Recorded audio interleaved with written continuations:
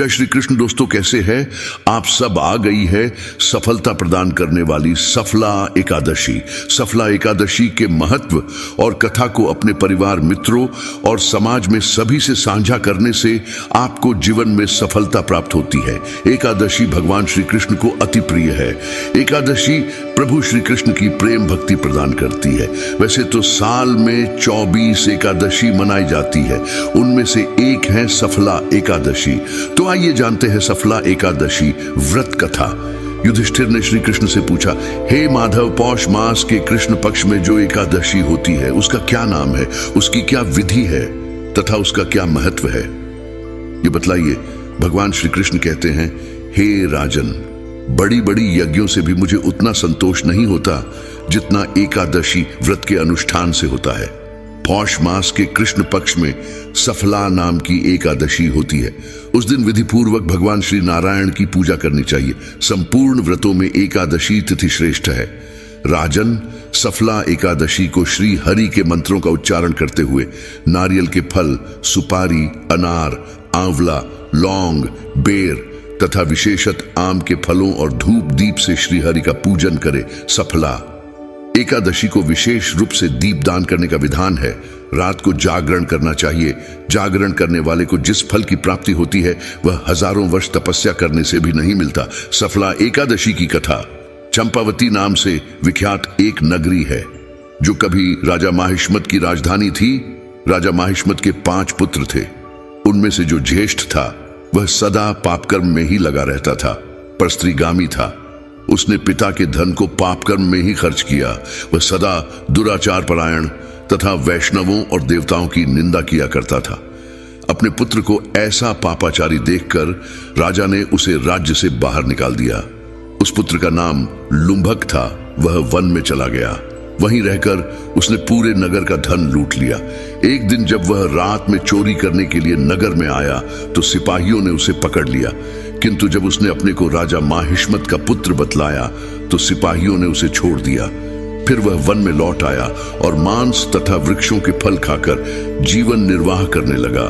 उस दुष्ट का विश्राम स्थान पीपल वृक्ष बहुत वर्षों पुराना था। उस वन में वह वृक्ष एक महान देवता माना जाता था। पापी लुंभक वहीं निवास करता था। एक दिन उसे खाने को कुछ भी नहीं मिला और उसे भूखा रहना पड़ा। उसी दिन पौष मास में कृष्ण पक्ष की 10वीं तिथि थी। पापी लुंभक ने वृक्षों के फल खाए और वस्त्रहीन होने के कारण रात भर जाड़े का कष्ट भोगा और भूख प्यास से जागते रहा। वह निष्प्राण सा हो गया था। सूर्योदय होने पर भी उसको होश नहीं आया। सफला एकादशी के दिन भी लुंभक बेहोश पड़ा रहा। दोपहर होने पर उसे होश आया। फिर इधर उधर दृष्टि डालकर वह आसन से उठा और लड़खड़ाता हुआ वन के भीतर गया। वह भूख से दुर्बल हो गया था।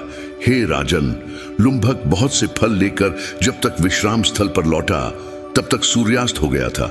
तब उसने उस पीपल के वृक्ष की जड़ के पास बहुत से फल रखे और प्रार्थना करते हुए बोला, इन फलों से लक्ष्मीपति भगवान विष्णु संतुष्ट और प्रसन्न हो। ऐसा कहकर लुंभक सो गया। इस प्रकार अनजाने में ही उसने इस व्रत का पालन कर लिया। उस समय अचानक आकाशवाणी हुई, राजकुमार, तुम सफला एकादशी के प्रसाद से राज्य और पुत्र प्राप्त करोगे। इसके बाद उसका रूप दिव्य हो गया।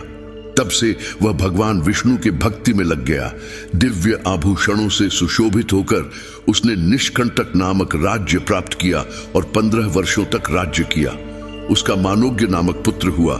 जब वह बड़ा हुआ तब लुंभक ने तुरंत ही राज्य अपने पुत्र को सौंप दिया और वह स्वयं भगवान श्री हरि के भक्ति में लीन हो गया और मोक्ष को प्राप्त किया। इति कथा संपूर्ण। जय श्री कृष्ण, जय श्री हरि विष्णु। कहा जाता है कि सफला एकादशी का व्रत करने से भगवान विष्णु शीघ्र प्रसन्न हो जाते हैं और भक्तों को सभी क्षेत्र में सफलता प्रदान करते हैं। सफला एकादशी व्रत को करने से अग्निष्टोम यज्ञ के समान फल प्राप्त होता है। जो मनुष्य यह व्रत करते हैं वे भगवान सत्यनारायण को अति प्रिय होते हैं। इसलिए अत्यंत भक्ति और श्रद्धा से युक्त होकर विधि विधान के साथ एकादशी का व्रत रखना चाहिए। दोस्तों, एकादशी व्रत करने की विधि और नियम, एकादशी का महत्व, द्वादशी के दिन व्रत पालन करने की विधि और एकादशी में क्या क्या खान पान कर सकते हैं, इन सब की जानकारी हमारे दूसरे वीडियोस में है, जिनकी लिंक नीचे डिस्क्रिप्शन में दे रहे हैं। आशा है आपको ये सफला एकादशी की कथा सुन के आनंद आया होगा। कृपया इसे शेयर जरूर करें। खुश रहिए। जय श्री हरि विष्णु, जय श्री कृष्ण।